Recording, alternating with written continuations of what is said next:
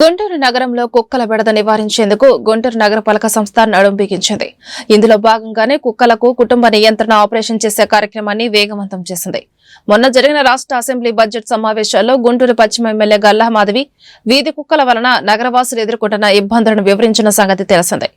గుంటూరు నగరంలో ఒక్కొక్క వీధికి 20 కుక్కల చొప్పున ఉన్నాయని, బడికి వెళ్లే చిన్నారులను తెల్లవారుజామున పారిశుద్ధ్యం పనులు చేసే కార్మికులను కుక్కలు కరుస్తున్నాయని అసెంబ్లీ దృష్టికి ఎమ్మెల్యే తీసుకెళ్లారు. దీన్ని కేవలం జంతు సంరక్షణ సమస్యగా కాకుండా ప్రజా సమస్యగా చూడాలని విన్నవించారు.